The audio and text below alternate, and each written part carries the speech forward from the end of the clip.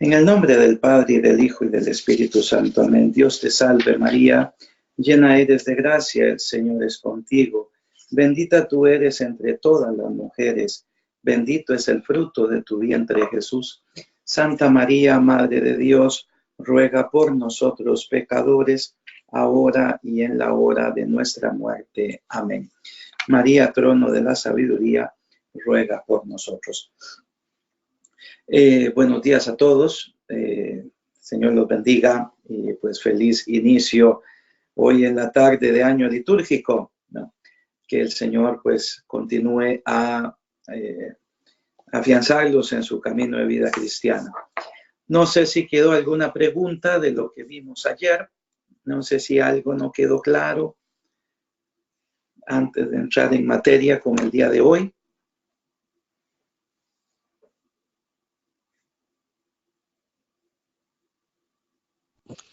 No, padre, todo bien. ¿Todo bien? ¿Algo que haya quedado? De mi parte no, padre, todo en orden. Bueno, entonces vamos a seguir, ¿verdad?, con el sentido de la redención alcanzada por el Señor Jesús. Recuerden que ayer terminábamos haciendo pues este énfasis que la redención comporta dos cosas. De una parte, la redención del pecado, la remisión de la culpa del pecado, y por otra parte el infinito amor de Dios que se manifiesta en esa muerte.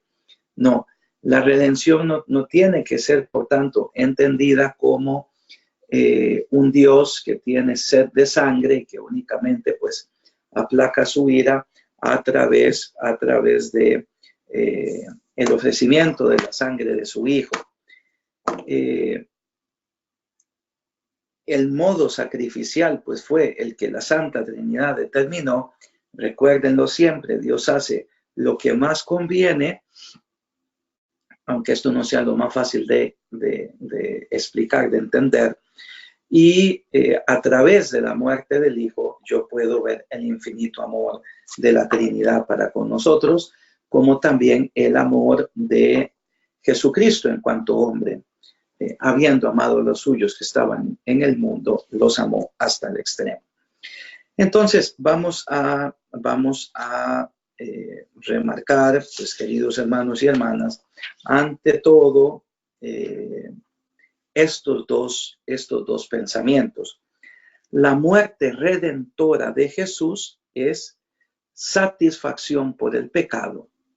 La muerte de Cristo es satisfacción por el pecado, porque esa muerte es el sacrificio prefigurado ya en el Antiguo Testamento, sacrificio que se hacía en el templo de Jerusalén y que es figura del único y auténtico sacrificio que el Hijo de Dios llevó en su carne de una vez y para siempre cuando se inmoló en la cruz. Entonces, la muerte redentora de Jesús es ciertamente satisfacción por el pecado. Aquí ustedes pueden leer, si gustan, el resumen estupendo del Catecismo de la Iglesia Católica de los numerales 599 en adelante. Aquí tenemos que considerar cómo el Señor Jesús con frecuencia indica que su pasión y su muerte son parte de su misión. O sea, el Señor no esconde que esa pasión es parte de lo que Él tiene que hacer, que llevar adelante como voluntad del Padre. Por ejemplo, en Marcos 9:31, Jesús iba enseñando a sus discípulos y les decía: el Hijo del Hombre será entregado en manos de los hombres, le darán muerte y muerto resucitará al cabo del tercer día. Marcos 9:31. El Hijo del Hombre antes ha de padecer mucho y ser reprobado por esta generación. Lucas 17:25.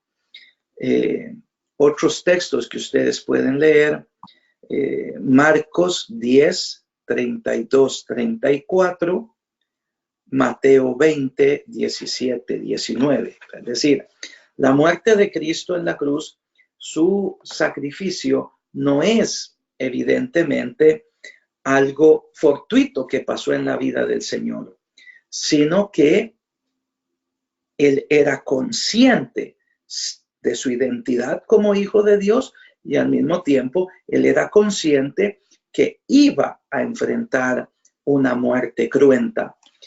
Recuerden ese texto bellísimo de San Lucas, donde Jesús toma la firme decisión de ir a Jerusalén. El texto original lo que indica es Jesús pone la cara como piedra, es decir, frunce el ceño, como cuando uno tiene que tomar una decisión muy importante y que se arma con todo el valor que tiene para llevarla adelante. Es el Señor que ya va caminando a Jerusalén siendo consciente de lo que le espera. Ahora, el Señor Jesús también recuerda que su pasión y su muerte ya han sido profetizadas en el Antiguo Testamento. Entonces, esto es un elemento muy importante.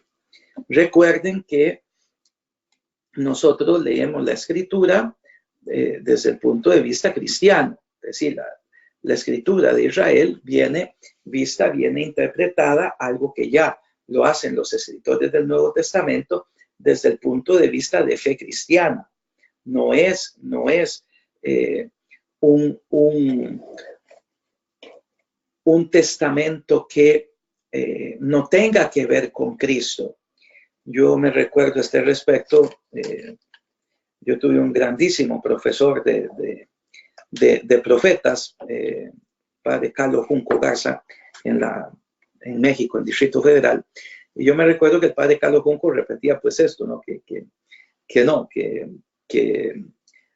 estas uniones entre el Nuevo Testamento y acontecimiento de Cristo, eso es fortuito, pero que el escritor sagrado tenía en mente otra cosa.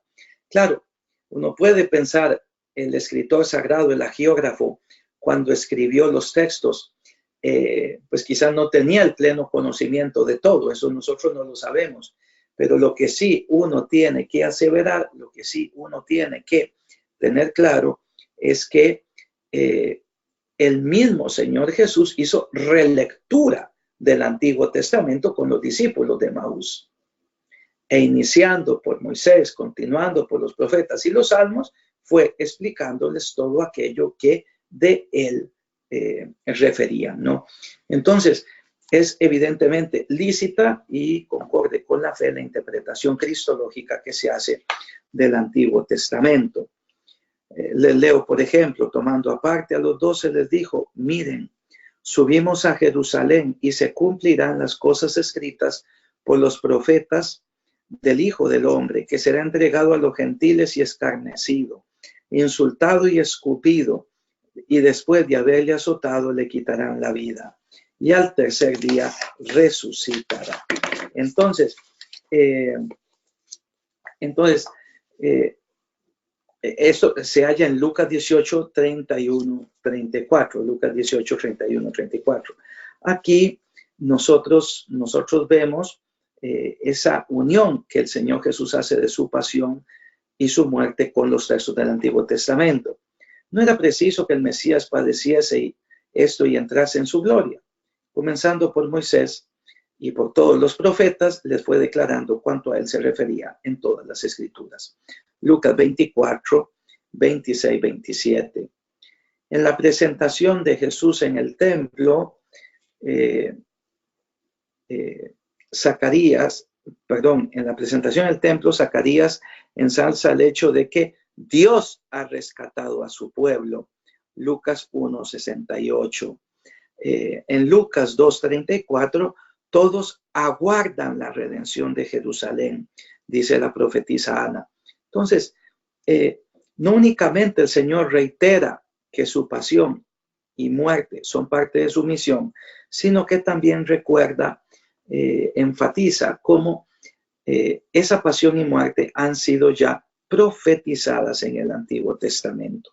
Pero luego, Paso importantísimo por algo que voy a compartir después. El mismo Jesucristo junta, mete el pecado en su muerte, ¿no? Él define su misión como un servicio, como un rescate por los pecados. ¿Qué se dice en Marcos? El Hijo del Hombre no ha venido a ser servido, sino a servir y a dar su vida en rescate por muchos. Marcos 10:45, Mateo 20:28, ¿no? En Mateo 26:28, esta es la sangre de la alianza que será derramada por muchos para remisión de los pecados, ¿no? También Marcos 14:24. El Señor Jesús incluye, por tanto, el tema del pecado humano dentro del contexto amplio de su muerte. Igualmente, esta unión del pecado del hombre y de la pasión y muerte de Cristo viene enfatizada en la literatura del Nuevo Testamento, o sea, en los demás escritos del Nuevo Testamento. Por ejemplo, cita importantísima, Colosenses 2, del 13 al 14. Estaban ustedes muertos por sus pecados y los vivificó con él, perdonándoles todos los delitos, borrando el acta de decretos que les era contraria y clavándola en la cruz, ¿no? Esto podríamos decir es como el precio que se paga, esa deuda que necesitaba un precio para ser saldada y que fue la sangre de Cristo. Hasta su muerte, los hombres estábamos siendo pecadores, enemigos de Dios. Pero si leemos, por ejemplo, Romanos 5, del 8 al 11, Romanos 5, del 8 al 11, Romanos 11:30, Romanos 3:25,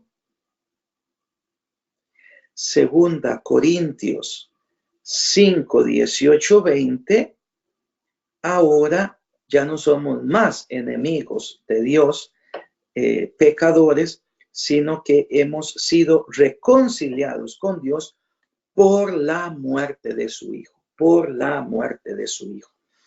A este respecto conviene pues también releer, y se los aconsejo, Romanos 5, 17, 21, ¿no? La antítesis entre Adán y Jesús, ¿no? Adán, el hombre viejo, marcado por el pecado; Jesús, el hombre nuevo, lleno de gracia.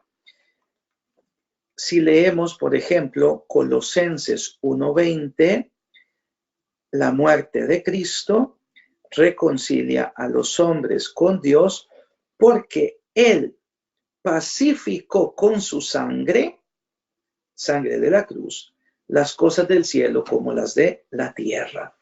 Esta pacificación con Dios, esta reconciliación con Dios, abarca a todos y abarca incluso la creación misma. Efesios 2:16, Segunda Corintios 5:19. No. Yo les ¿sí? Podríamos decir que somos hijos adoptivos de Dios ahora, digamos, con la muerte de Jesús. Absolutamente. Ese es el efecto del bautismo. El efecto del bautismo es la filiación adoptiva, ¿no? El que es hijo por naturaleza, a través de su muerte en la cruz, nos conquistó la posibilidad de retomar nuestra antigua dignidad de hijo, hija de Dios, que había sido perdida a causa del pecado. Esto, gracias porque lo menciona.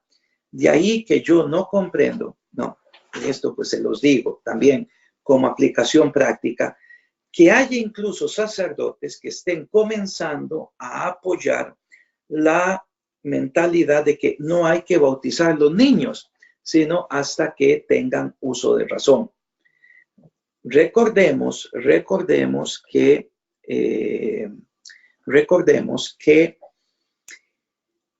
el Señor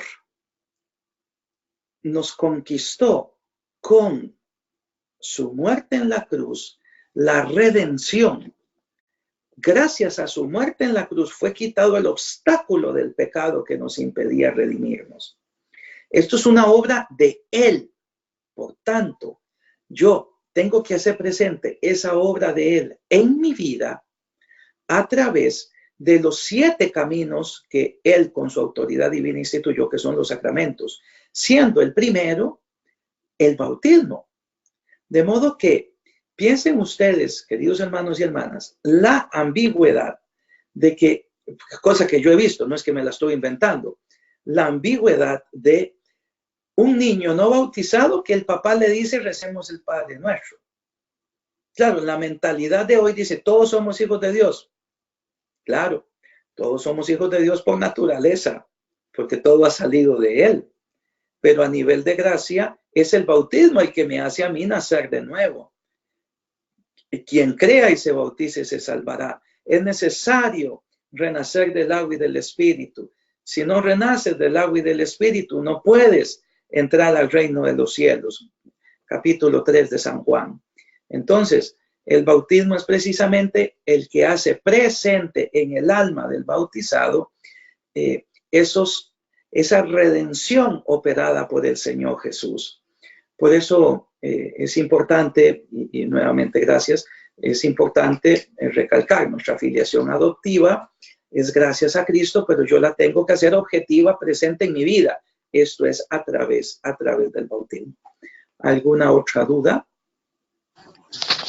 Padre, buenos días. Buenos días. Es que me queda la inquietud con eso de que algunos sacerdotes apoyen el bautismo, ¿verdad? Hasta cuando haya un pleno uso de razón, en el buen sentido de que, ¿qué pasaría entonces con las personas que tienen problemas de razonamiento, que tienen problemas mentales? ¿Qué me garantiza a mí como papá? O sea, por eso es que me hago el cuestionamiento, ¿verdad? ¿Qué me garantiza a mí como papá pensar de que yo voy a bautizar a mi hijo hasta cuando tenga pleno uso de razón? Y a mí nadie me garantiza que mi hijo va a llegar a determinada edad, por decirle algo, a 10 años, a 9 años, a como pueden hacer hoy, pueda que en 1 año, 2 años muera, y entonces, ¿qué va a pasar con esa criatura que no va a quedar bautizado? Exacto, o sea, exacto. Mire, el cristiano en virtud de su bautismo es evangelizador. Todos estamos llamados a la evangelización, porque todo bautizado en virtud de su conocimiento de Cristo está llamado a transmitir Cristo. El que ya no se bauticen a los niños en muchos contextos, por ejemplo aquí donde estoy, es así. En muchos contextos es porque ya ha entrado un falso razonamiento que tiene parte de verdad. Se debe respetar la libertad del individuo, de modo que el individuo sea el que es libre de escoger un mañana. Sí, pero es mi hijo, es mi hija. Si yo soy bautizado y soy incapaz de evangelizar a mi propio hijo, a mi propia hija, pues ¿qué voy a pensar yo un mañana con respecto a mi empeño de evangelización con todos los que me rodean? Primero, o sea, yo en virtud de la fuerza de mi bautismo tengo que predicar Cristo, tengo que transmitir Cristo, tengo que llevar Cristo a los demás. Yo no me puedo echar para atrás. No me puedo echar para atrás. Eso es imposible. Eso es impensable.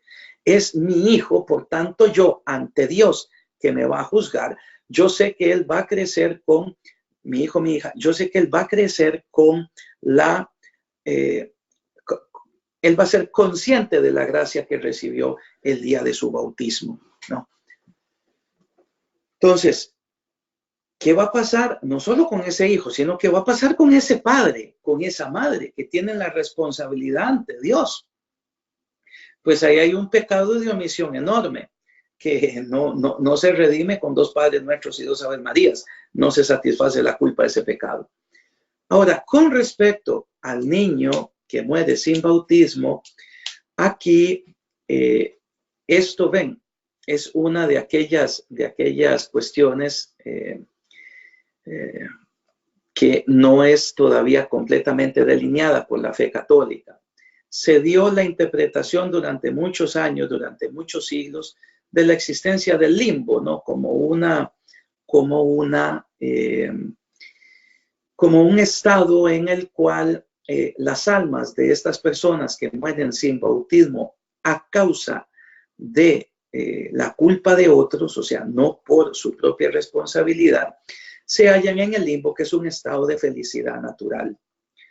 Hoy, pues, con todo el progresar de ciertos conceptos, como la misericordia de Dios y la previsión de Dios de todas las cosas, se llega a pensar que de un modo misterioso, o sea, nosotros no lo sabemos, uno con lo que se dijo ayer del misterio, nosotros no lo sabemos, Dios otorga la visión beatífica a estas almas. No es que estas almas se pierden. Antiguamente se decía que se perdían. Si ustedes, por ejemplo, bueno, yo fui misionero comboniano durante mi formación, entonces uno lee los escritos de San Daniel Comboni, San Daniel Comboni llora por los millones de almas que van al infierno porque no han sido salvadas, porque no había sido predicado aún el evangelio. Entonces, aquí el valor, ¿cuál está? El hecho objetivo de la redención, que viene rubricada por el bautismo. El bautismo es necesario para la salvación, pero, queridos hermanos y hermanas, no es lo mismo la persona que ha entrado en contacto con la palabra de Dios y la rechaza, a la persona que nunca ha escuchado hablar de la revelación de Dios en Cristo y muere sin conocerla. Esto hace que las circunstancias sean completamente distintas. Respondiendo a su pregunta, ¿qué va a pasar? De acuerdo con el último documento de la Comisión Teológica Internacional sobre el limbo, ¿no? Pedido por Benedicto XVI a este respecto, está como la esperanza de que todas estas almas alcanzan la visión beatífica. Y el bautismo, padre, eso ya forma parte del misterio de la redención. O sea, recordemos que las personas que han sido bautizadas a lo largo de la historia humana, pues es un número pequeño en comparación con los miles de millones de personas no cristianas que han existido en este mundo. Entonces, nosotros creemos, porque así es la Escritura lo establece, Dios quiere que todos se salven y lleguen al conocimiento de la verdad, que por vías que a nosotros no nos han sido reveladas, Dios nuestro Señor dará la visión beatífica a estas almas. Piensen ustedes los niños abortados, pues los miles de millones que han muerto sin bautismo, sin culpa de ellos, son cosas que pertenecen al misterio de la redención. Pero la iglesia hoy se inclina más por decir que por vías que solo Dios conoce, les será dado. Les será dado.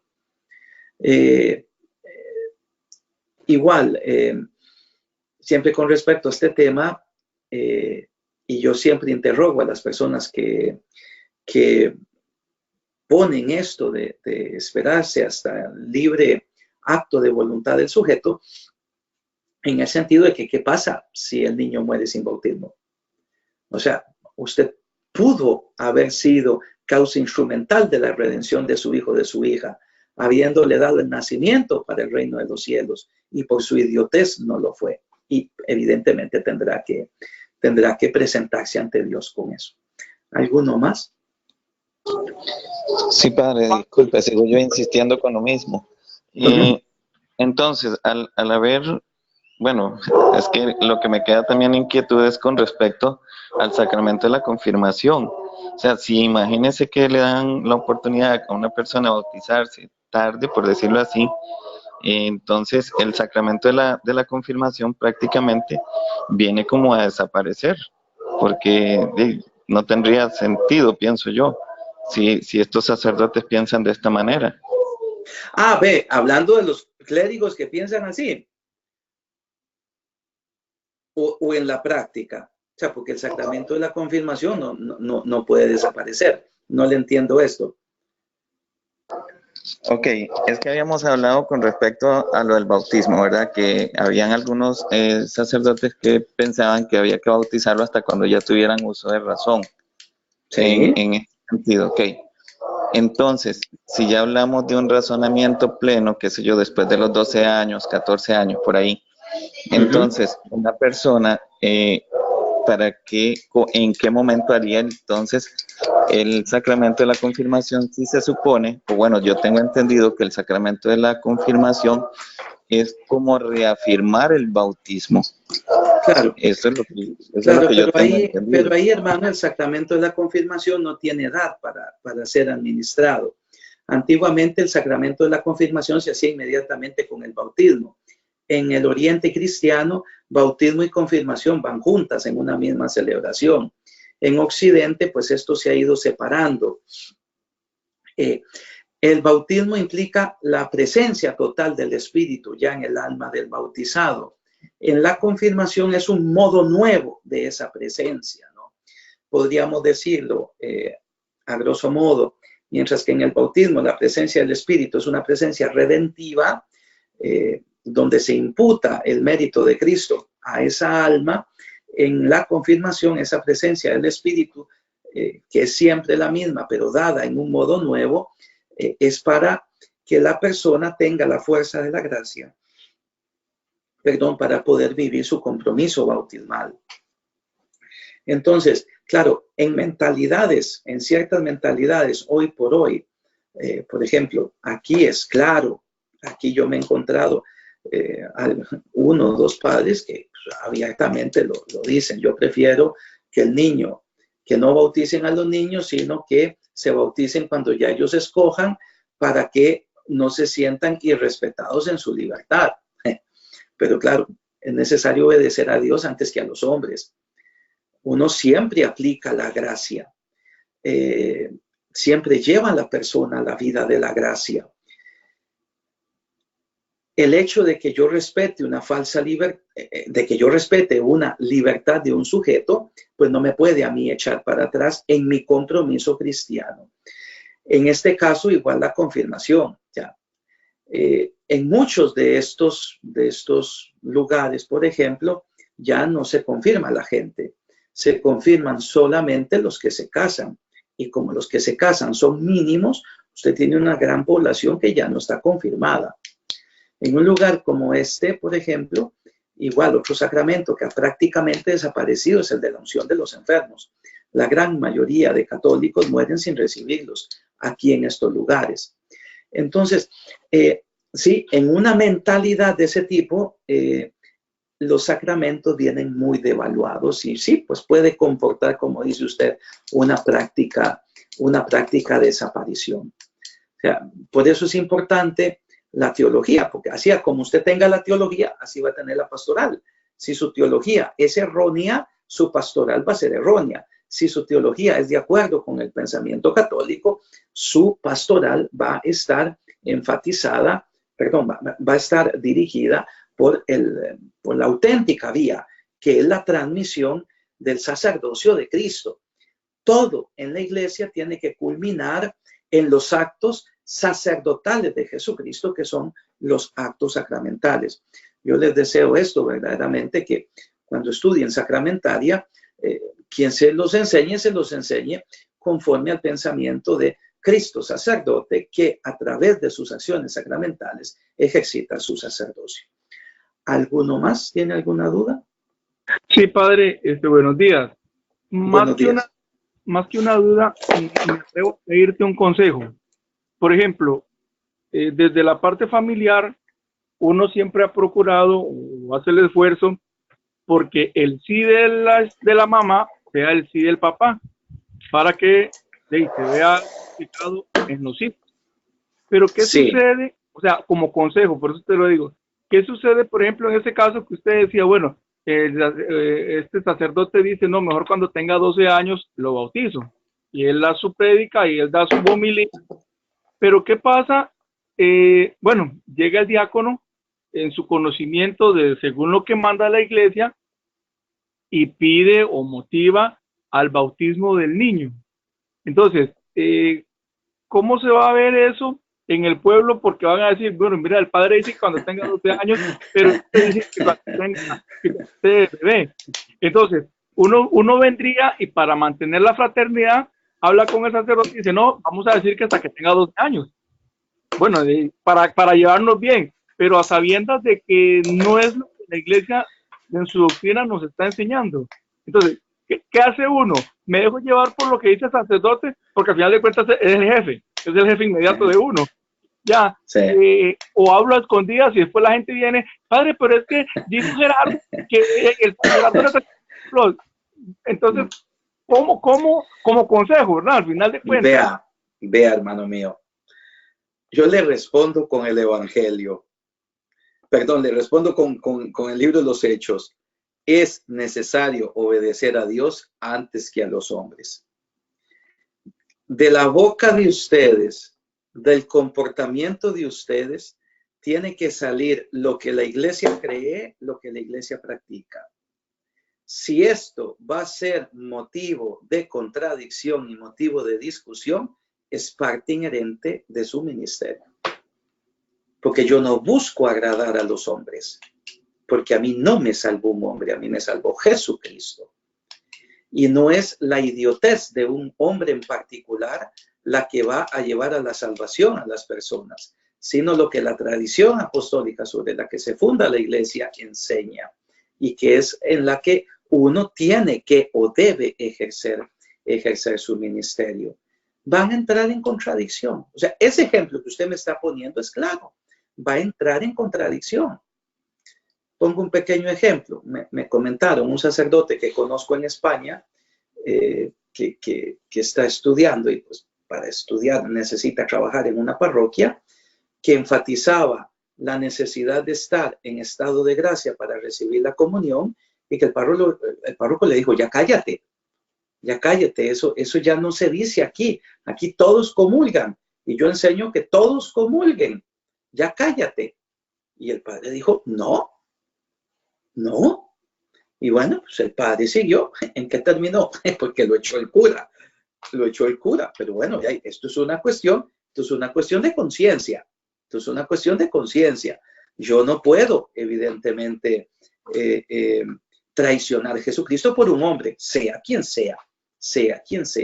Mientras que yo sepa que estoy fundado, hoy día San Andrés, ¿no?, sobre el testimonio de los apóstoles, sobre el tesoro de fe católica, yo no puedo ser infiel y estoy seguro en mi pastoral. Ahí, claro, pues entra también lo que dice el Evangelio, se hace la corrección fraterna, mire padre tal cosa, pues no quiere aceptar, pues se va donde el señor obispo. O se juntan otras dos personas que le dicen, padre, nos parece que esta posición no refleja la fe. Y tercero, pues se va donde el señor obispo, la autoridad suprema en cada diócesis. Es lo que yo le diría. Pero hermano mío, no se puede escapar a la contradicción. Pequeño ejemplo, aquí una persona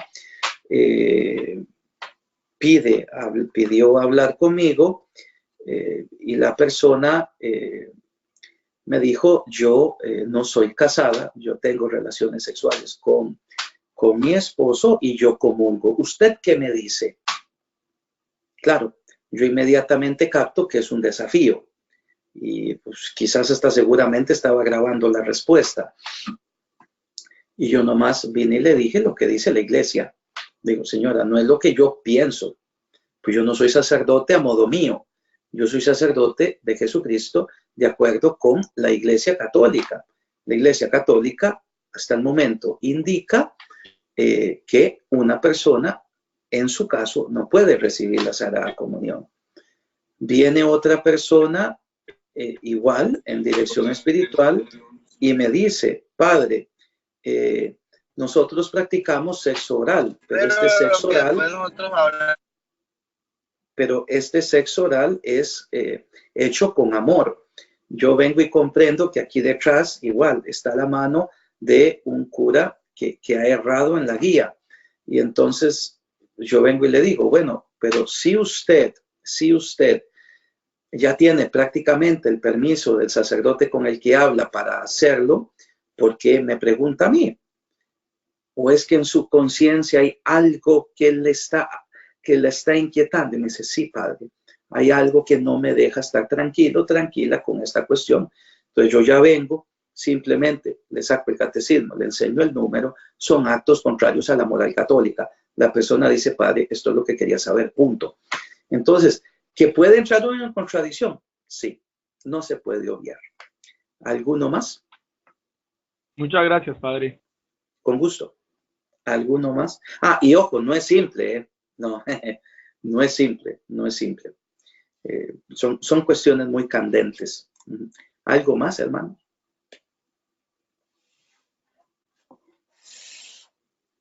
Bueno, entonces continuamos.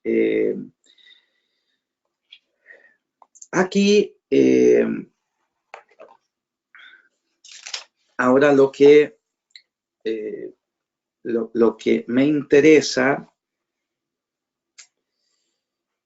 es enfatizar y ojalá lo puedan leer, por favor, ya que pues yo no les he dejado tareas, al menos estas léanlas. Yo les recomiendo tantísimo el de la carta a los hebreos, la cristología de la carta a los hebreos, ¿no? Pueden leer, por favor, a partir del capítulo 4.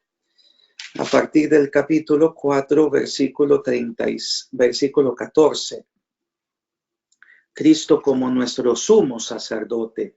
Todo capítulo 5 de la carta a los hebreos.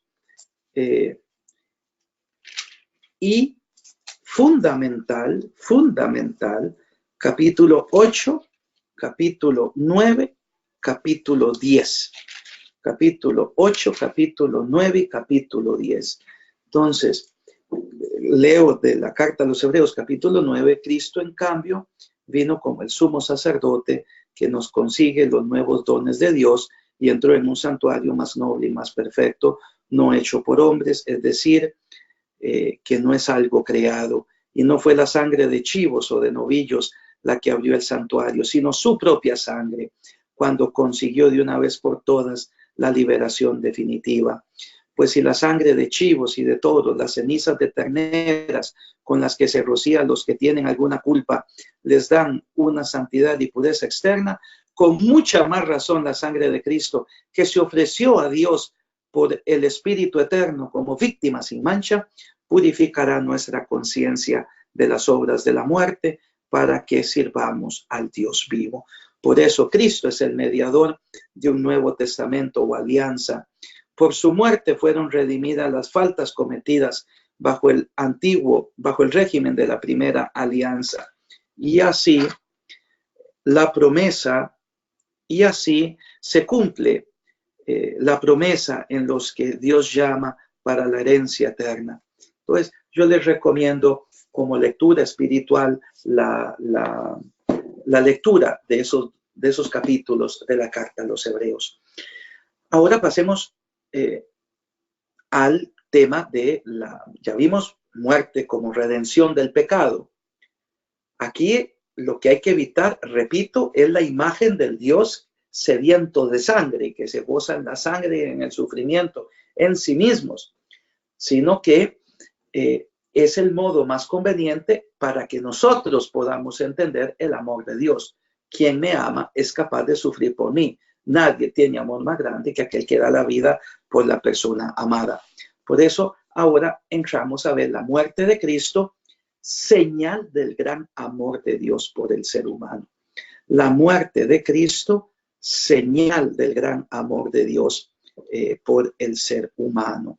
Entonces, aquí Juan 3:16, tanto amó Dios al mundo que le dio a su Hijo unigénito para que todo el que crea en él no perezca, sino que tenga la vida eterna. Juan 3:16. El amor de Dios también viene en textos como Romanos 5, del 5 al 8, Romanos 8:39, Efesios 1:3-6, Efesios 2:4, etcétera, ¿no? Si nosotros leemos primera carta de Juan, capítulo 4, versículos del 9 al 10, primera carta de Juan, capítulo 4, versículos del 9 al 10, nosotros leemos: el amor de Dios hacia nosotros se manifestó en que Dios envió al mundo a su Hijo para que nosotros vivamos por él. En esto está el amor, no en que nosotros hayamos amado a Dios, sino en que Él nos amó y nos envió a su Hijo como propiciación para nuestros pecados. Como propiciación para nuestros pecados. Primera de Juan 3:16, en esto hemos conocido el amor en que Él dio su vida por nosotros. También nosotros tenemos que dar la vida por los hermanos.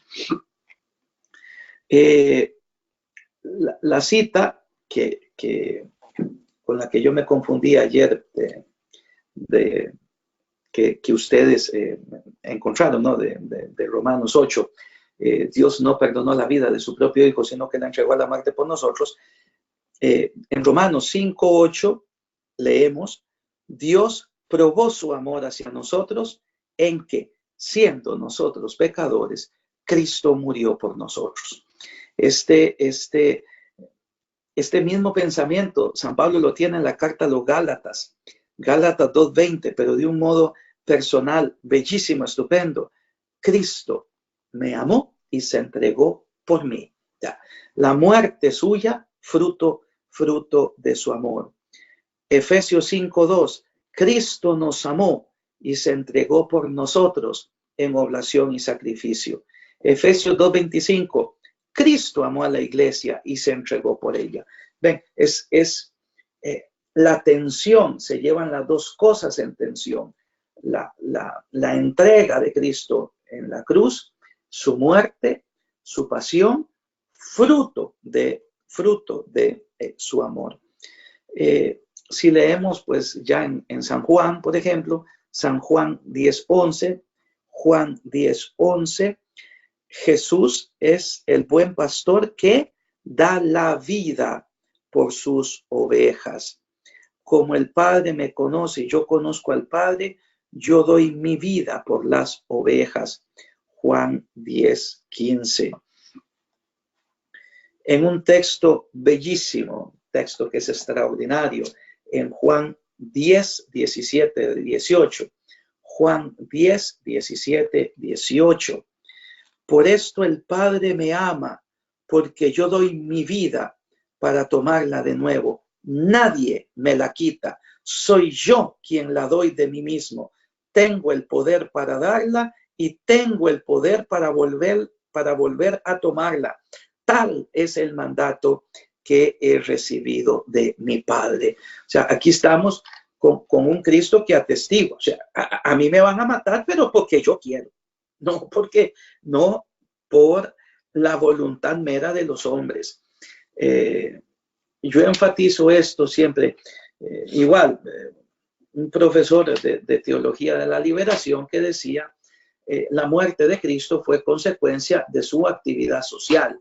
Él no pensó darle ningún sentido redentor, ningún sentido sacrificial. Eso fue después la iglesia la que se inventó eso. El texto está absolutamente claro en San Juan. Si creemos la historicidad del Evangelio, como es la base para la lectura de la Escritura en la Iglesia Católica. Cristo con su autoridad divina dice, yo doy mi vida cuando quiero y la retomo cuando quiero. A mí nadie me la quita. Y la doy porque los amo. La doy porque los amo. La doy porque es el mandato que he recibido que he recibido de mi Padre. Juan Padre, 15, ¿sí? ¿Cuál fue la última cita que dio? Juan 10, 17, 18. Juan 10, 17, 18.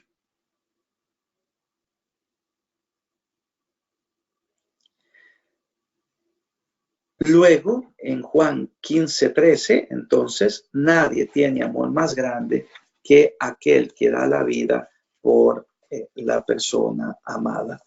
Entonces, aquí, queridos hermanos y hermanas, pues ya nosotros vemos cómo están mutuamente interrelacionadas la idea del amor de Dios y la muerte de Cristo en la cruz. Y este amor de Dios, y esto yo los invito a que lo enfaticen, es una cuestión que a mí me toca de cerca por lo que yo estudié, es también el amor de la voluntad humana de Jesucristo para nosotros. O sea, Cristo Jesús, verdadero Dios y verdadero hombre que tiene dos voluntades, entonces no únicamente quiso nuestra salvación con su voluntad divina, una con el Padre y el Espíritu, sino que también en su voluntad humana nos amó.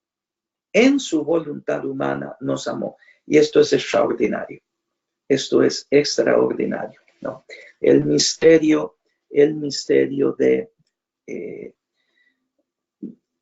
del amor de Cristo para con nosotros, ¿no? ¿Cuántas veces quise reunir a tus hijos, Jerusalén, como la gallina reúne a los polluelos bajo sus alas, y tú no has querido? Yo quise, pero tú no has querido. Entonces, aquí recuérdenlo siempre, cuando van a hacer las predicaciones en Semana Santa, etcétera, etcétera, ¿no? Tenemos todos esos bellísimos cantos populares, ¿no? No estés eternamente enojado, no estés eternamente enojado, ¿no? Manera poética de decir, nos salvaste y te presentamos pues la sangre de tu hijo para esto, ¿no? Pero que yo ese enojo de Dios no lo vaya a presentar como el Dios que presenta, que se gozaba en la muerte de su hijo, en la sangre de su hijo, por sí misma. No, eso es una idea pagana de Dios. No sé si ustedes han visto la película La Pasión de Mel Gibson, como en el momento de la muerte del Señor, pues es una imagen plástica para entendernos, como que del Padre, como que cae una lágrima, ¿no? Y cae esa lágrima, cuando cae al suelo es que ocurre el terremoto. Claro, la muerte de Cristo es un misterio insondable. Nosotros no tenemos el conocimiento para poder entender todo lo que rodea la muerte del Señor. Por tanto, nuestro acercamiento pues es con base en lo que tenemos. Amor de Dios manifestado en la entrega de su Hijo. Y esto por amor a nosotros. Esto por amor a nosotros. Por nuestra salvación. Aquí yo quiero hacer un paréntesis porque esto es fundamental para mí. Esto yo se los quiero verdaderamente transmitir con base en lo que hemos visto. Cuando esto no se tiene claro, o sea, que Cristo ofreció de una vez y para siempre el sacrificio por mi pecado, cuando esto no se tiene claro, se va a menospreciar la Eucaristía. Es automático. Es automático. No es que yo enfatice el pecado por el pecado, o la sangre por la sangre, o el sacrificio por el sacrificio. No. Es que lo que sucede, que si se debilita la muerte de Cristo como sacrificio por el pecado, como satisfacción vicaria, la Eucaristía va a ser vaciada de su auténtico sentido sacrificial. Y entonces, vaciada de su auténtico sentido como sacrificio, es decir, la obra que yo le doy al Padre para perdón de mis pecados, entonces yo tengo que llenar la misa con otras cosas. Claro, la misa es una fiesta muy alegre, dice la canción de los chiquitos de catecismo, ¿no? La misa es una fiesta muy alegre, es una fiesta con Jesús, es bellísimo, pero no es solo fiesta. Otros es banquete, sí, pero no es solo banquete, es cena, es estar con los amigos, es sentido de comunidad. Sí, todo esto es parte del sentido de la celebración eucarística. Pero la celebración eucarística es el memorial perpetuo de la pasión del Señor. La celebración eucarística es el sacramento, dice Tomás de Aquino, de la pasión, de la muerte del Señor. Cuando yo pierdo de vista esto, puedo asegurarlo sin ningún temor, la vivencia de la Eucaristía, mi participación en la Eucaristía, el puesto de la Eucaristía en la vida cristiana cae. Esto es una cuestión que va al unísono. Les doy, por ejemplo, el dato aquí en los Estados Unidos. La última encuesta que se hizo a los católicos aquí presenta que de los católicos que van a misa, 2/3 partes no creen en la presencia real en la Eucaristía. No creen en la presencia real de Cristo en la Eucaristía. 2/3 partes. Y la asistencia de católicos a misa aquí va como por el 8% de los católicos, como va siendo una constante en todo el occidente secularizado. Yo estoy convencido, pues también pues por lo que leo, estudio, que la presentación de la Eucaristía como el hacer presente esa muerte de Cristo en mi hoy y que yo hoy le ofrezco a su Hijo, al Padre, por Cristo, con Él y en Él, a ti, Dios Padre Omnipotente, en la unidad del Espíritu Santo, etc. Ayuda a que uno pueda vivir la Eucaristía, ayuda, en el caso nuestro como sacerdotes, a que uno pueda vivir con la conciencia de lo que está haciendo, permite que los fieles comprendan que cada vez que participan en la Eucaristía es ese momento en el cual ellos, el Señor reciba de tus manos este sacrificio para alabanza y gloria de su nombre, para nuestro bien, el de toda su santa iglesia. Es hacer vida esas palabras, donde tú, sacerdote, vas a dar por mí al eterno Padre, su Hijo Jesucristo. Cuando está esta conciencia, puede pasar lo que quiera en la iglesia, los escándalos que quieran en la iglesia, que la persona se mantiene incólume. Cuando esta conciencia se pierde, cualquier cosa dice, me voy. Porque participar en la Eucaristía, participar en una sesión de espiritismo, participar en un culto evangélico o quedarme yo en mi casa es lo mismo. ¿Me comprenden? Por eso, de acuerdo a cómo va a ser la teología, así va a ser la pastoral. A como es la teología, así va a ser la pastoral. Y por tanto, si yo minusvaloro, si yo menosprecio esa idea de sacrificio, va a haber una profunda repercusión en mi consideración con la Eucaristía. La va a ver. Y si alguno de ustedes tiene todavía alguna duda, léanse la plegaria eucarística tercera. Ustedes leen la plegaria eucarística tercera y ahí se van a encontrar la palabra sacrificio, la palabra oblación en cada párrafo, porque enfatiza ese punto, el punto de sacrificio. Es lo que yo quería, en este paréntesis, ¿verdad? Es lo que yo quería enfatizar. ¿Por qué voy a misa todos los días? Si puedo. En primer lugar, ¿por qué celebro yo como sacerdote la Eucaristía todos los días? Porque yo tengo que ofrecer al Eterno Padre a su Hijo Jesucristo para la salvación del mundo, aunque en el templo donde celebren no haya una persona. Pero la Eucaristía yo no la celebro por la gente, la celebro para Dios con la gente. Entonces, ofrezco como sacerdote al Padre su Hijo mismo, Jesucristo, único sacrificio agradable a Él. ¿Por qué yo participo en la Eucaristía entonces todos los días?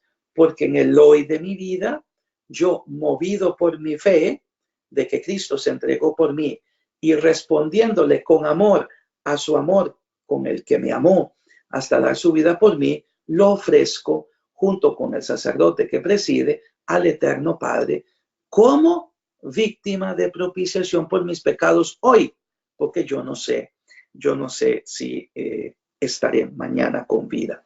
Y cuando todo esto se pierde, a volar pastores que se acabó el pesebre, no queda nada, no queda nada. Es desgraciadamente parte de la secularización que se está viviendo. No sé, y aquí sí me interesa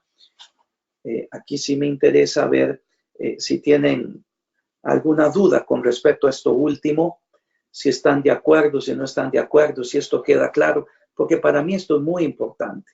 Ya para mí esto es muy importante. Perdón, Padre, bendiciones. En esa misma línea, entonces, es por eso que se dice que la misa es la tréutica, eucarística, propiciatoria e impetratoria. Muy bien. Sí. Son distintos adjetivos para mostrar el significado del sacrificio eucarístico. Muy bien, no hay problema. Muchas gracias. ¿Alguno más?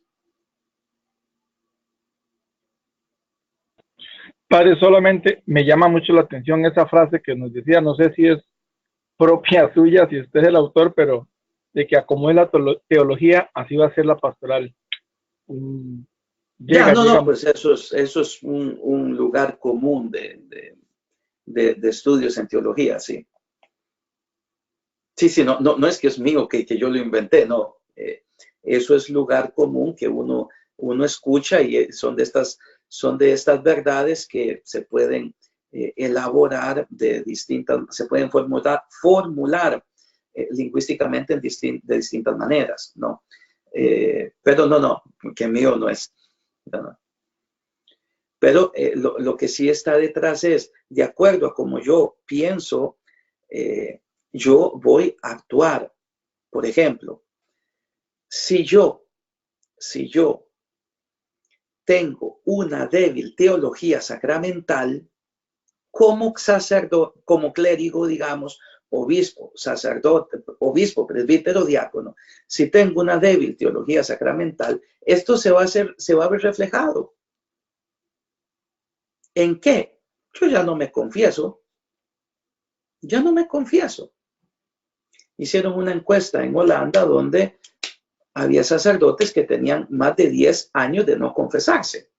Ya no es importante, el amor de Dios cura todo, cubre todo. Sí, pues eso es verdadero. Pero también yo necesito que ese amor de Dios se patentice en mí, que su perdón se haga presente en mí cuando me confieso. Entonces, sacerdotes, diáconos que ya no se confiesan. Sacerdotes pues que ya no celebran la Eucaristía todos los días. Yo celebro 7 misas un fin de semana, entonces el lunes no celebro, porque ayer hice 7. Ven, a cómo va a ser la Eucaristía, a cómo va a ser el pensamiento teológico sobre el cual yo doy forma a mi fe, pues, todos lo sabemos, tiene que ser la fe de la Iglesia, entonces así yo me voy a comportar, ¿no? Así yo me voy a comportar. Un ejemplo también muy práctico, muy pastoral. Y ahorita yo no sé qué está pasando, que parece ser, y bueno, ustedes lo van a poder hacer. Padre, ¿me bendice esta agua? No, no quiero. Esos son ¿cómo se llama? Supersticiones. Oiga, pero es que las cosas se bendicen. Y usted es quien puede bendecirlas, ¿por qué no las bendice? No, porque eso no sirve para nada, eso son supersticiones. Ven, tantos ejemplos que se pueden poner a este respecto. Pero quisiera que si alguno tiene duda con respecto a esto, la Eucaristía como sacrificio, y si están de acuerdo conmigo que si esta idea se pierde, pues va a haber un vaciarse de las iglesias. O sea, cómo el pueblo cristiano va a comenzar a no entender el misterio eucarístico, la celebración de la misa. Pueden contradecirme, por mí no se preocupen. Si esto es una clase de personas adultas creyentes, pero para mí es importante escucharlos a ustedes. ¿Qué les parece? Padre, creo que si perdemos esa idea, nos quedaríamos en no tener ninguna diferencia con una celebración no católica. O sea, ya no sería una misa, sería como un culto cualquiera. Exacto, sería como ir a un culto luterano, por ejemplo. ¿Sí? Exacto. Perdón, padre, me estaba acordando ahora de una estadística. Costa Rica no anda tan lejos, todavía hay esperanza. Esa se hizo en una romería de hace unos 2, 3 años, que supuestamente 2 millones de romeros. La encuesta la hizo el TEC. De los romeros de la encuesta, el 99% creía en los milagros. El 60% iban a misa. Y de los que iban a misa, solo el 40% participaba de la Eucaristía. Claro. Claro. Aquí que denota, o sea, aquí que denota que si yo pierdo el conocimiento de lo que es la Eucaristía, en este caso, ya no únicamente la Eucaristía vista como la celebración en la cual se confecciona el sacramento, que es la Santa Misa, y que ya dijimos, pues es el mayor acto de culto que yo puedo ofrecer a la Trinidad, porque es ofrecer a su Hijo Jesucristo mismo que se hace presente en el altar. Sino que también es la recepción mía de la Sagrada Comunión. La mía, no la del otro, la mía. Quien me coma vivirá por mí. El que me come, aunque muera, vivirá. El que yo lo resucitaré en el último día. La Eucaristía como prenda de la vida eterna. Entonces, ¿qué es lo que sucede? Sí. Ya se pierde el contenido catequético, no digamos teológico, que es un palabrón, el contenido catequético de lo que significa el misterio eucarístico. Entonces, claro, nuestra gente se va. Y no es que se vaya porque sean malas, es que se van porque el conocimiento les ha sido negado. Y esto en una cultura como esta nuestra, donde ya no hay muchos alicientes para creer, porque ya uno no es que tiene así como mucho entusiasmo para ver de dónde se agarra para creer, entonces nuestra gente se va. Claro, entonces ya me acostumbro a vivir sin comunión. Pongo un caso concreto de pastoral en Guanacaste, ¿no? Las personas no quieren casarse. No, padre, yo estoy bien. No, usted no está bien. Es que si me caso, me divorcio. Eso es una estratagema de Satanás para que usted no se case. Claro que si usted va a recibir el sacramento del matrimonio, usted va a ser más puesto a la prueba. Eso está claro. Pero no diga que usted está bien, porque usted tiene que saber que no lo está, porque usted no puede recibir los sacramentos de la Eucaristía y la confesión. Entonces, claro, esto que estoy diciendo aquí, un poco enfático, no es que eso lo van a decir ustedes a las personas así, hiriéndolas, jamás, pero sí con toda caridad. Yo tengo que hacer el énfasis en la primacía de los sacramentos en la vida. Piénsese, ante todo, pues claro, bautismo, Sagrada Comunión y la confesión. Cuando esto no se enfatiza a la gente, pues queridos hermanos, las consecuencias se van a ver. ¿Alguno más? Padre, buen día. Buenos días.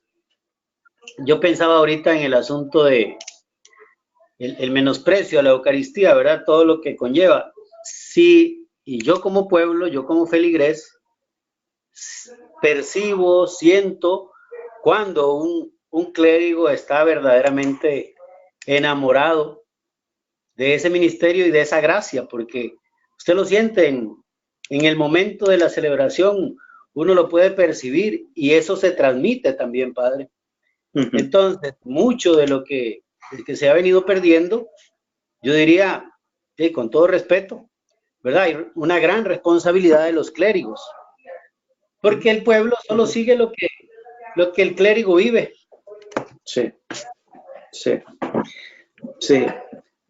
Completamente, Adonais, de acuerdo con usted. Completamente. Es una responsabilidad también de nosotros como sacerdotes, sin duda.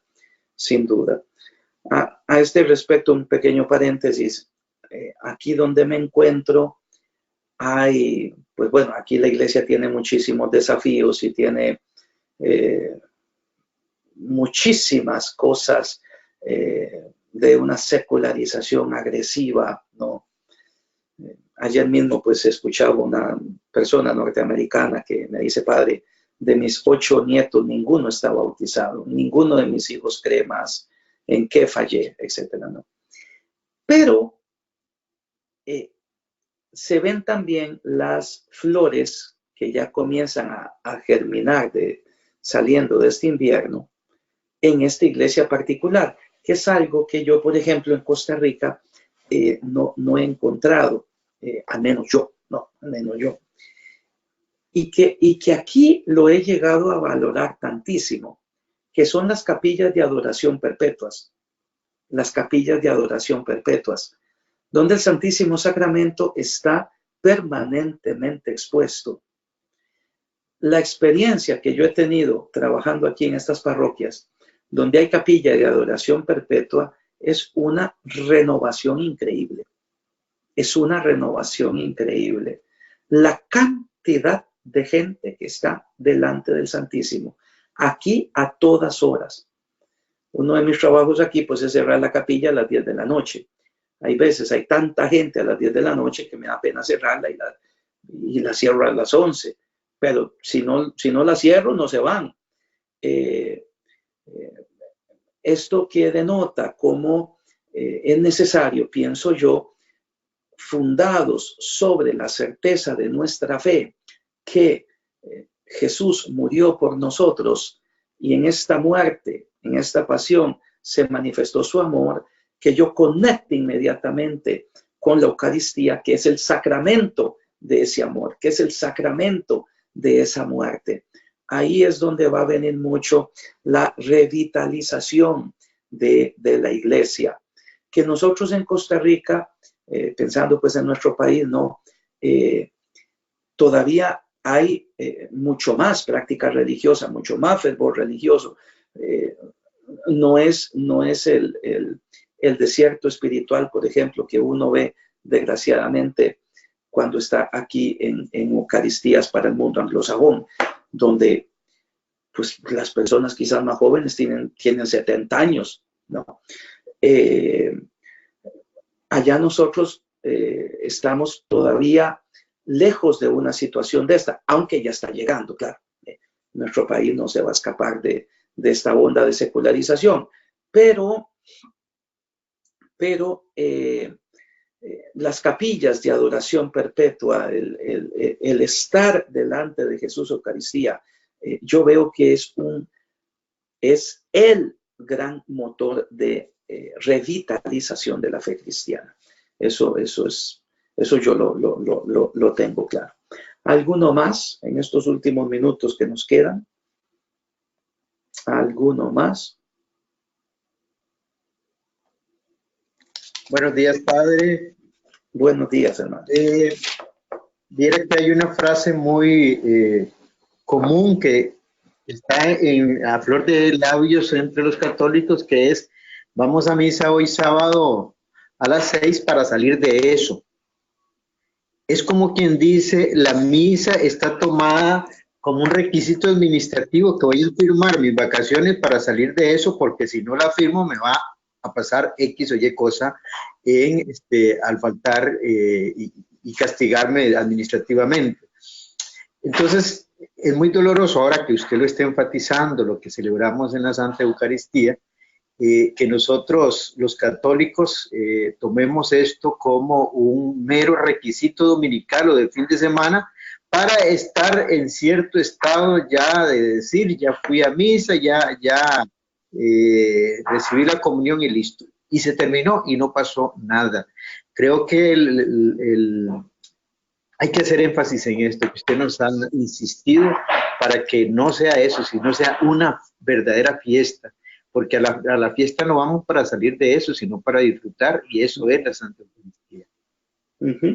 Sí, claro. Aquí me hizo usted recordar Joseph Ratzinger, ya siendo Papa. Papa Benedicto pasaba las vacaciones en el norte de Italia, y siempre en las vacaciones él tenía la reunión con el clero, y era con el clero de esa diócesis donde él estaba, y era un tú por tú. Y el Papa lo dice, no crean que yo soy un oráculo que les tengo la respuesta para todo. Pero entonces no podría olvidar, lo vi y lo leí, cuando pues un sacerdote ya mayor, italiano del norte, de esos viejos fuertes, le dice, mire, santidad, yo me pregunto para qué hago la confirmación de los muchachos, si ninguno cree. Estoy hasta tentado de no confirmar. Me pregunto, ¿para qué si no van a volver? Y la respuesta que dio el Papa fue, padre, si usted me hubiera dicho a mí esto hace 30 años, yo le hubiera dicho, no los confirme. Ahora que soy mayor, le diría, confírmelos, porque solo Dios, con su gracia, sabe lo que va a hacer en la vida de la persona. Entonces, a mí se me quedó siempre muy grabada ese consejo pastoral del Papa. Queridos hermanos y hermanas, recordemos que los sacramentos, pues es un misterio de la gracia divina. La gracia es la presencia de Dios en el alma, que nos hace participar a nosotros de Él, de su naturaleza divina. Entonces, puede ser de que pues vamos a salir de eso, pero al menos van, ¿verdad? O sea, claro, esto hay que evangelizarlo, esto hay que purificarlo y hay que llevar a la gente a que se enamore más de Cristo, pero al menos van. Y uno podría decir, bueno, pues ¿para qué celebro esta misa si todos están muertos? Yo ahorita en una hora tengo que ir a celebrar un matrimonio, cosa que tantas veces yo tengo que ir bien preparado porque pues no contestan ni los novios a la misa, ¿no? Yo digo, bueno, ¿para qué se celebra la Eucaristía? ¿Para qué se celebra esto? Esta gente no cree, esta gente no tiene interés más que en la fiesta que viene después o en el mero acto social. Pero recordemos que Dios es aquel que puede mover las voluntades de los hombres, no soy yo. Entonces,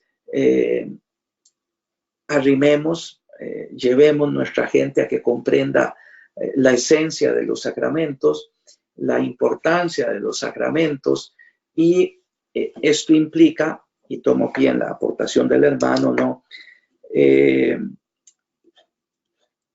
Vamos a salir de eso, el mero requisito. Bueno, para purificar eso, enfatice usted lo que es el aspecto de adoración eucarística, enfatice usted lo que es el aspecto de la intimidad suya con Cristo, y comienza, es decir, que la persona haga una experiencia de Dios, la persona. Esto pues se puede hacer con un acompañamiento espiritual y por parte del sacerdote que preside, como también lo van a hacer ustedes cuando vayan a hacer sus liturgias de la palabra, ¿no? que todo pues sea muy digno, muy bien preparado, conscientes de que en ese momento están ejerciendo ustedes lo propio de su ministerio diaconal, que es la predicación y la distribución de la Sagrada Comunión a sus hermanos, para que ese pueblo pueda ir creciendo y puedan irse purificando. Por eso, también en sus prédicas, no tengan miedo de hablar de esto. No tengan miedo de enfatizar pues estas verdades que son las que sustentan nuestra fe. Pues bueno, ya para terminar en estos pocos minutos que nos quedan, una cuestión que es importante, ¿no? Recordemos que en el pensamiento católico las cosas van en tensión, ¿no? La herejía lo que hace es enfatizar un polo u otro de esa tensión. La fe católica lo que hace es mantener los dos polos de un modo equilibrado. Hay veces que se va y se quiere enfatizar un polo, otras veces se quiere enfatizar otro, etc. Hay que luchar por mantener el equilibrio de las cuestiones.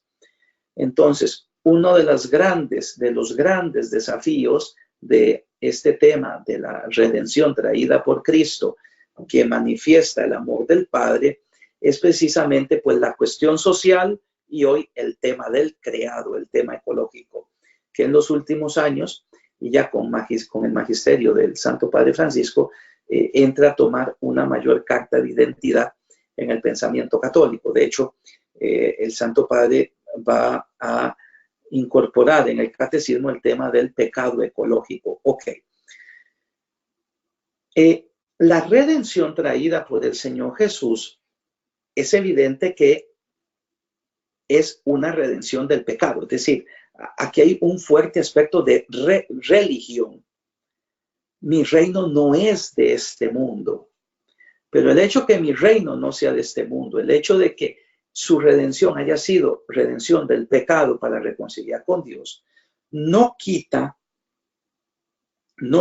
que la persona ya redimida trabaje en este mundo por hacer de este mundo una imagen del reino de los cielos, por hacer de este mundo una anticipación de lo que Dios mediante viviremos en la gloria. Entonces, toda, como ya les dije, o sea, incluso hasta la creación, dice Pablo, será redimida. Ya en el último día tendrá la manifestación suma la repercusión suma de la redención de los redimidos, la tendrá, ¿no? Ahora la creación gime con dolores de parto esperando la redención de los hijos de Dios. La redención ya completa después de la resurrección, con la resurrección universal, va a repercutir en el creado. Entonces, la redención de Jesucristo, la redención traída por el Señor, tiene una repercusión social. Tiene una repercusión social. Porque ya estamos hablando del hombre redimido por Cristo. Y ya estamos hablando de una creación que tiene que ser respetada como obra del Creador y que nos ha sido dada como el espacio vital en el cual nosotros nos desenvolvemos mientras vivimos peregrinos en camino de la patria definitiva. Por tanto, la historia humana y la historia de la salvación ciertamente se distinguen, ¿no? O sea, la historia humana tiene como agente al ser humano con sus virtudes y defectos, con sus errores y aciertos. La historia de la salvación, esa economía de Dios que con su providencia va guiando todas las cosas hacia el fin último, ¿no? Son caminos que se distinguen. Pero esa historia humana y esa historia de salvación se incluyen mutuamente. Yo no los puedo separar, porque al hombre que yo tengo que redimir es a este hombre concreto. Redimir, al hombre que tengo que evangelizar es este hombre concreto. De modo que yo soy cristiano y soy ciudadano. Yo respeto Dios y yo respeto la ley humana, siempre y cuando pues esa ley no vaya en contradicción con mi fe, ¿no? Y esto hace que yo tenga que mostrar esa salvación de Cristo, esa redención de Cristo en la cosa humana, en la res pública, en la cosa pública. De modo que aquí se inserta, queridos hermanos y hermanas, la grandísima y riquísima reflexión de la doctrina social de la Iglesia, ¿no? Con todo lo que esto implica en todos los ámbitos de vida, y incluye esto ya como temática muy actual también, el respeto por el creado, ¿no? No que yo adoro la naturaleza, sino que la respeto como espacio vital, respeto la creación como el espacio vital en el cual Dios, nuestro Señor, nos puso en este tiempo en el cual aceptamos o rechazamos la gracia de Dios. Por tanto, historia humana e historia de salvación se distinguen, sí, pero historia humana e historia de salvación se incluyen, porque es el hombre redimido en esta tierra, que vive en este suelo.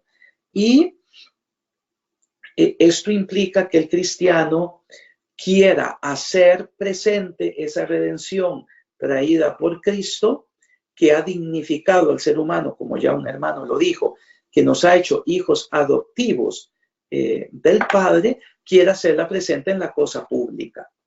Por tanto, lo digo con estas palabras que pueden parecer chabacanas. O sea, yo no puedo únicamente vivir mi fe arrodillándome delante de cada candelabro que vea y olvidándome de que yo tengo también que hacer presente esa salvación en la persona concreta que está sufriendo, en la persona concreta que está explotada, en la persona completa que está siendo violentada en sus derechos, etc.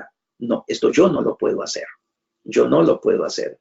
Yo no puedo únicamente enfatizar lo espiritual olvidándome de lo humano, pero tampoco puedo enfatizar lo humano olvidándome de lo espiritual, como es el peligro de ciertas corrientes de pensamiento donde lo importante es el hombre, lo importante es el pobre. Sacramentos no, porque Dios se hace presente en el pobre. Ven, no enfatizar uno de los polos, ni únicamente una espiritualidad desencarnada del mundo, pero tampoco un mundo que ya declara su autonomía ante Dios. Hay que mantener las dos cosas, la redención con su connotación evidentemente espiritual, pero la redención también con su connotación de índole social, y hoy por hoy, de acuerdo con lo nuevo que está surgiendo en la Iglesia, sobre todo en estos últimos años, con su connotación ecológica. Bueno, pues yo creo que con esto tenemos que terminar hoy. Vamos a ver, dígame una cosa, don Félix, o alguno que me conteste. Supuestamente la última clase sería el día 14 de diciembre. ¿Es así? Correcto, padre. El 14 de diciembre sería la última. Bueno, dígame una cosa.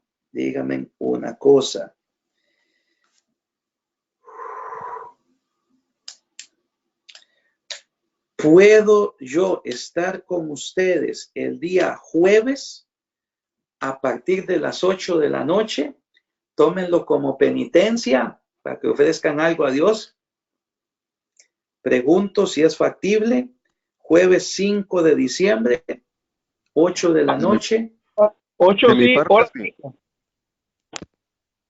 ¿Perdón? Correcto, padre. Las 8 Claro está que bien. sí, padre. Sí, padre, no hay problema. Entonces, claro que sí, padre. Yo apunto aquí, jueves 5 de diciembre, 8 p.m. 8 p.m. hora tica o hora suya, padre. No, hora tica, hermano mío. Perfecto. Sí, 8 de la noche. Ok. Recuerden que yo lo que les pido para valorar el curso, pues es esa presentación escrita de los contenidos, ¿no? De modo donde ustedes ahí pongan lo que han aprendido. Yo ya después tendré que confesarle al padre José que pues muchas de las clases de prácticamente mes y medio las tomé para lo que eran fundamentos. Entonces, lo de Trinidad y lo de neumatología queda renco. No es que queda renco, es que prácticamente no lo voy a poder tocar. Entonces, yo me ofrezco, si hay que hacerlo por este medio, pues yo con mucho gusto. Si no, entonces que él sepa que yo no pude desarrollar estos temas con ustedes y que van a tener que incorporarlos de algún modo pues en la formación. Pero ya eso ya será una decisión del padre José. Entonces, Dios mediante, jueves 5 de diciembre a las 8 de la noche. El Señor los bendiga, hermanos. Hasta luego. Hermanos y hermanas, hasta luego. Amén. Padre, un momento. Padre. Hasta luego, padre. Sí, señor. ¿Y la fecha límite para entregar el trabajo sería entonces? Ya, hermano mío, es que yo creo que eso más bien es el padre José el que me lo tiene que decir, ¿no? O hay fecha límite. No te sabría decir. No te sabría decir. Porque yo no sé si ¿cómo se llama? Si la calificación yo la tengo que dar en un día preciso o se puede dar en enero, febrero. Esto sí yo ya no te lo sé decir, hermano.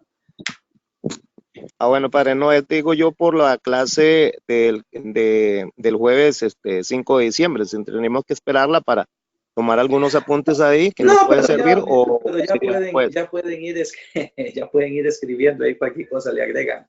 No se preocupe. Bueno. Sí, por eso no se preocupe. Lo más importante pues, es el compartir de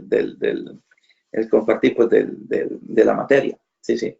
Entonces, hermanos, pues Dios mediante el jueves 5 a las 8 de la noche. Dios los bendiga. Hasta luego.